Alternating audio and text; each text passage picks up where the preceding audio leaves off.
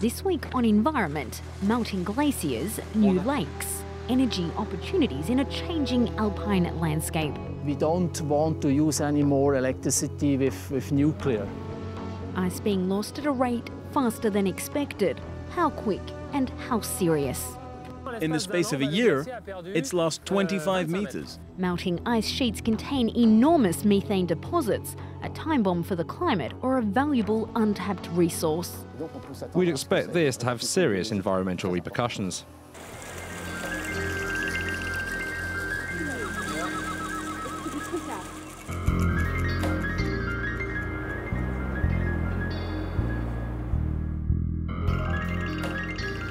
I'm walking along one of the longest and highest footbridges in Europe, certainly here in the Swiss Alps. It was built to carry people over Lake Trift, a lake that didn't exist 10 years ago. People used to be able to walk right up this mountain, but today the glacier tongue moves further and further away. An irreplaceable loss for the environment, but an unexpected win for the region in other ways.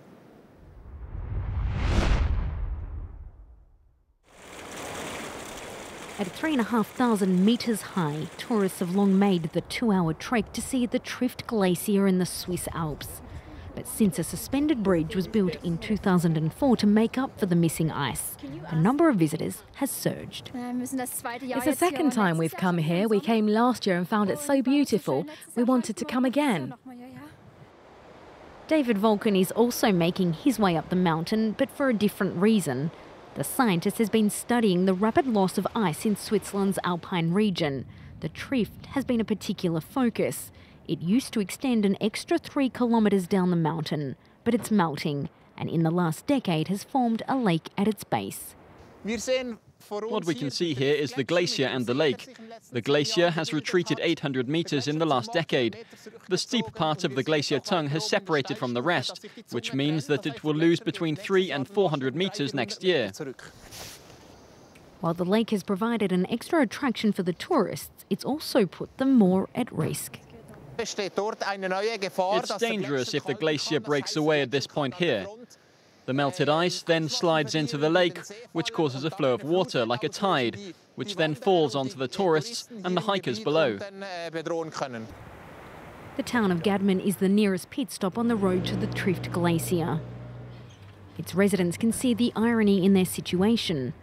The melting glacier is an environmental loss for the region, but the lake and subsequent bridge has brought new economic growth. And in a town like this, every Swiss franc counts. It brings more people and it brings jobs and also for the farmers it's very good because they can selling their products directly to the customers, to the people who are coming to this place, and that's a good thing. But this changing alpine landscape is offering yet another, much larger financial opportunity. And this is one of our power stations which produces electricity which are from the water which is stored in our lakes. Hydropower currently provides 56% of Switzerland's electricity. This company already has 5 dams in the region. It's considering building another, using the Trift Glacier's recently formed lake. We don't want to use any more electricity with nuclear. If we want to fill the gap with hydroelectricity, we need the storage. As the ice continues to melt, hundreds of new lakes are appearing in this mountainous region. This one here at the base of the Rhone Glacier falls in a federally protected zone, but could eventually be reclassified as a potential site for a future dam.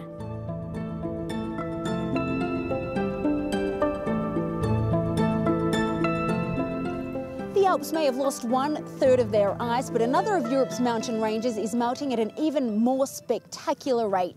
Scientists are already imagining the Pyrenees without any glaciers at all. Sounds dramatic, but could be a reality by the year 2050.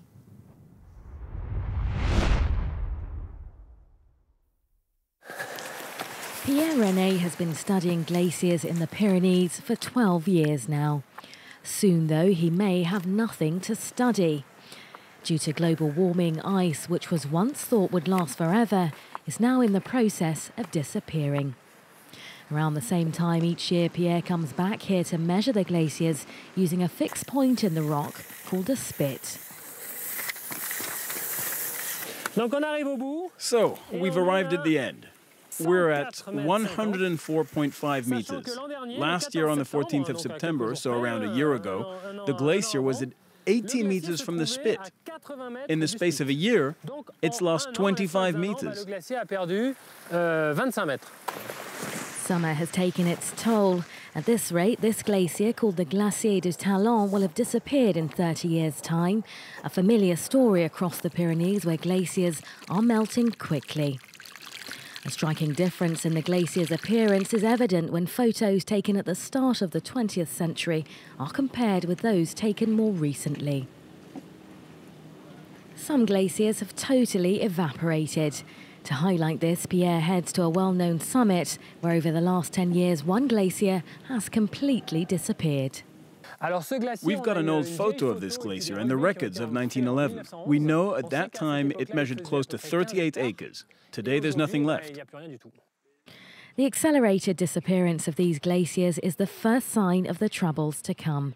In the Pyrenees, climate change is more rapid than in the rest of France. Animals and vegetation here will have to adapt to the change, and during the summer months without glaciers, river levels will decrease.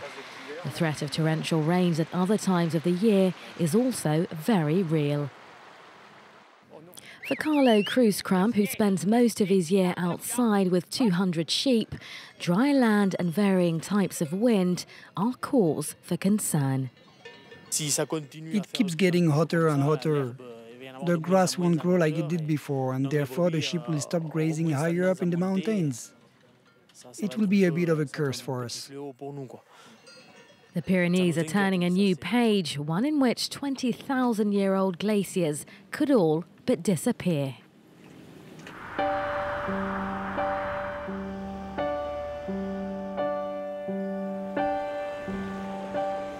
When glaciers melt, an obvious effect is an increase in water flow, but a less talked about consequence has scientists worried.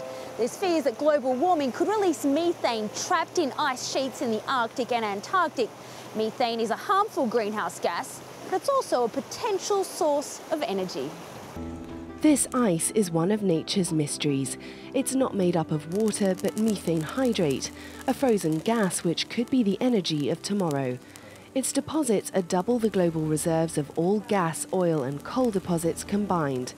The majority lie beneath the ocean floor, but a fifth of deposits are found in permafrost, the frozen ground in Siberia, Greenland and the Earth's poles, with the potential to replace other energy sources. This natural gas is thought to be a significant potential resource for our energy needs later in this century. But methane hydrate also has its drawbacks. It's difficult and costly to extract. Some specialists say it should only be used once oil becomes too expensive or runs out. It's also very polluting, emitting a greenhouse gas 30 times that of carbon dioxide. After 10 years, this converts to the less toxic CO2, but its lifespan still stretches to some 100,000 years. A rise in the Earth's temperature by just a few degrees would release the gas from the permafrost into the atmosphere, with serious consequences. We'd undoubtedly see an increase in temperature of around 5 degrees, maybe even more. And that would be a far more rapid increase than the one we're currently witnessing. We'd expect this to have serious environmental repercussions. The gas could also be the key to unlocking another mystery. When the methane hydrate stored in the ocean floor is released from the ice into the water, it reduces buoyancy. Scientists believe it could be behind the disappearance of ships in the Bermuda Triangle. The only way to slow the rapid rate of glacial melting is, of course, to slow global warming. But as this graphic produced by NASA shows, temperatures are on a one-way trajectory. Blue shows temperatures that are lower than the baseline average, red shows those that are above average. And 2012 is on track to be just as out of the ordinary. That brings us to the end of this week's show. Thanks for joining us here in Switzerland. We'll see you again back in France next time.